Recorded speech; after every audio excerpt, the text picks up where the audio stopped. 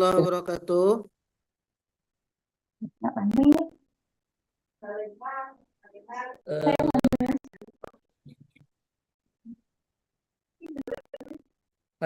Apa kabar anak-anak semua?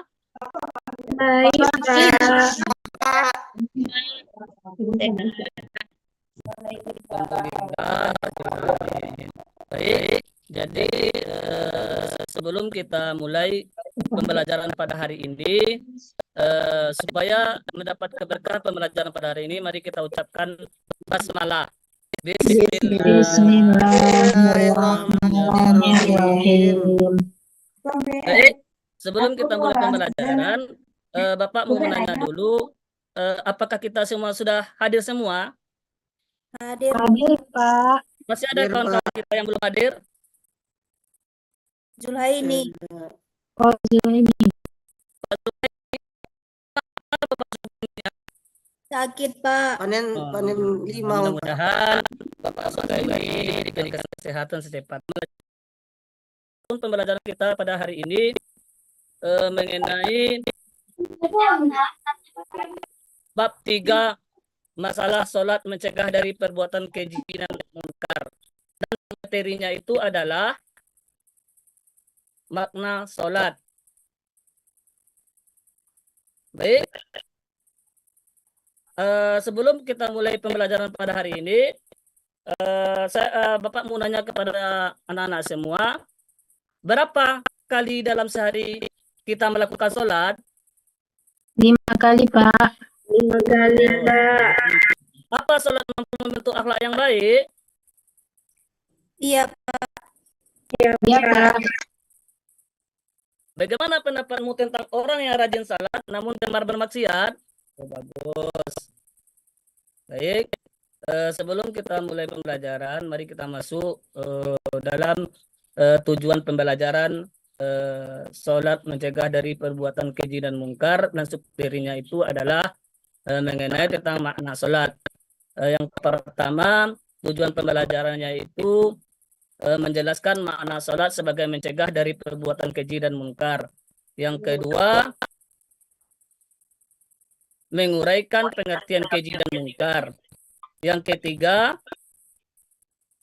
menyebutkan kriteria sholat yang sempurna sehingga mampu mencegah perbuatan keji dan mungkar. Adapun konsep pembelajaran, peta konsep pembelajaran pada hari ini, yang pertama, dalil sholat mencegah dari perbuatan keji dan mungkar. Yang kedua, pengertian sholat.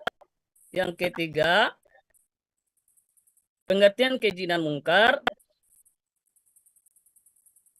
Yang keempat, yaitu kesimpulan. Baik, sebelum kita masuk ke pelajaran, kita terutama siapa yang tahu di antara kita semua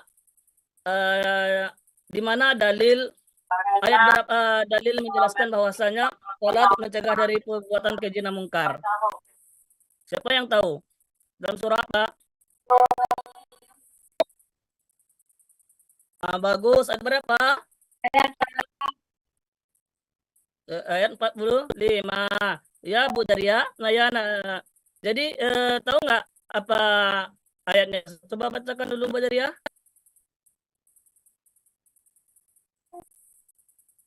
Baca, Bu Daria. Ayat 45 itu. Ya.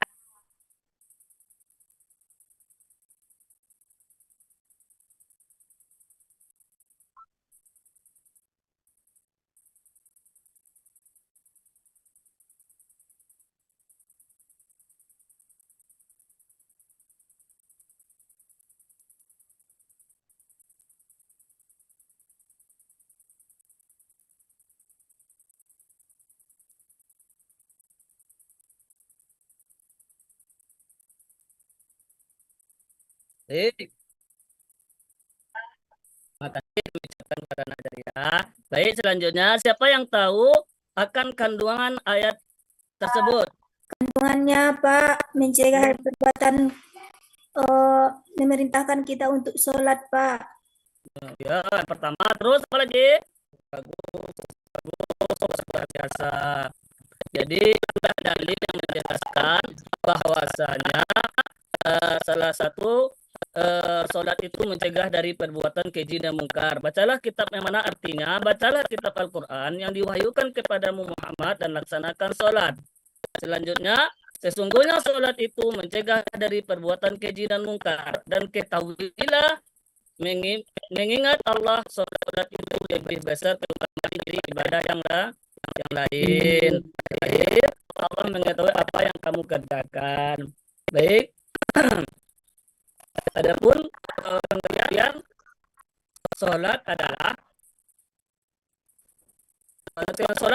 pada istilah, pada bahasa intinya adalah doa. Berdasarkan menurut istilah atau sara, yaitu ucapan dan pekerjaan yang dengan salam. Selanjutnya, apa itu dia munkar?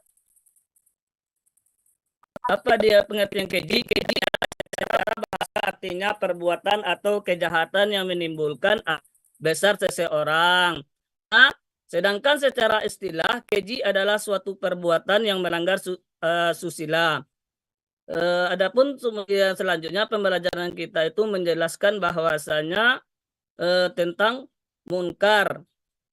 Pengertian mungkar, apa itu mungkar? Mungkar adalah secara bahasa berarti tidak terkenal atau asing.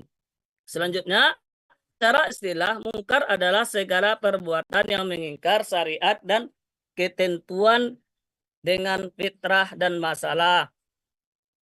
Baik. Selanjutnya materi kita sholat sempurna.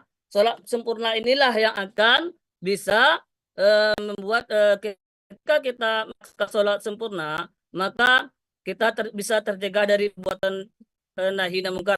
Yang pertama, ciri-ciri sholat sempurna itu memperhatikan rukun salat, baik rukun kauli maupun rukun berupa ucapan seperti yang telah dituntut kepada kita. Selanjutnya, memperhatikan syarat dan rukun sholat.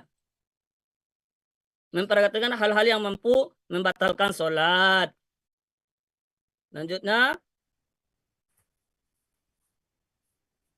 baik, dari materi yang Bapak sampaikan tadi, ada pertanyaan nggak Bapak ya, anak-anak semua? Jika ada pertanyaan, kami beri waktu 15 menit untuk sesi pertanyaan. Saya mau tanya, Pak. Ya, Bu, ya, Pak. Saya mau tanya, Pak. Silakan Pak, silakan Trio. Tentang sholat keji dan mungkar itu gimana caranya Pak supaya kita tidak berbuat keji, Pak? Supaya kita sholatnya rajin gimana, Pak? Supaya baik, Ya. supaya sholat kita rajin, agar kita membiasakan sholat itu kita laksanakan di awal waktu dan jangan ditunda-tunda, karena hikayatnya kita sebenarnya ada alarm di hati kita masing-masing ketika waktu menunjukkan telah masuk sholat, kita kan ada getaran kita, niat kita untuk melakukan sholat, kan ada tuh kan, ada terhimbau bagi diri kita ketika orang mengumandang azan di sholat, ketika itu harus kita laksanakan. Kenapa? Itulah panggilan hati kita. Jika kita lalaikan panggilan hati itu, maka sama halnya kita mengabaikan larut ke larut akan terbiasa kita meninggalkan perbuatan sholat tersebut. Namun harus kita ikuti apa yang ketika kita terpanggil untuk melaksanakan, maka laksanakanlah sholat. Dikata dengan azan di banyak, Pak, ya. Ya, baik azan, baik sentuhan di dalam hati. Dalam itu kan ketika azan dikumandang, pasti ada getaran hati kita untuk melaksanakan sholat. Maka seketika itu laksanakanlah sholat.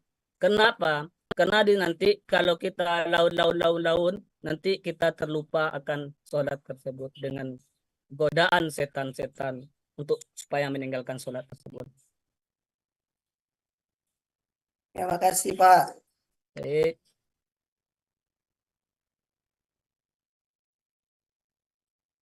Jika tidak ada pertanyaan, Pak, ya Bu. tidak ada pertanyaan, Pak. Baik, jika tidak ada pertanyaan, Bapak ingin menanya kepada Bapak Ibu semua, apa yang sudah kamu pelajari pada hari ini? Tentang sholat, Pak. Baik.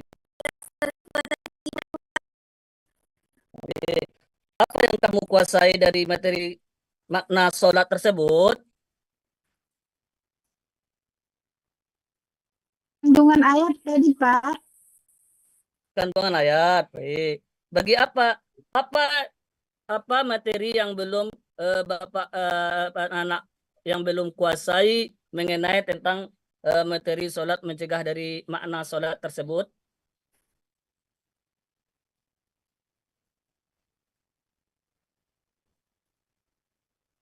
Baik, jika tidak ada, maka kita tutup pertemuan kita pada hari ini.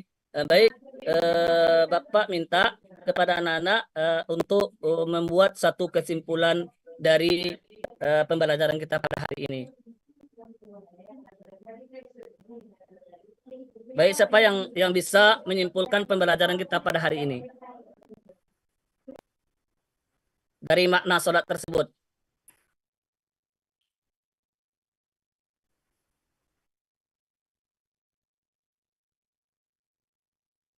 Baik, kesimpulan pembelajaran pada hari ini yaitu makna sholat. Yang pertama, sholat merupakan ucapan dan pekerjaan yang dimulai dengan takbir dan ditutup dengan salam dengan syarat tertentu. Yang kedua, sholat juga salah satu kewajiban umat Islam mengerjakan 5 waktu dalam 5 waktu dalam satu hari. Sholat juga bisa mencegah dari perbuatan keji dan munkar. Itulah pembelajaran kita pada hari ini.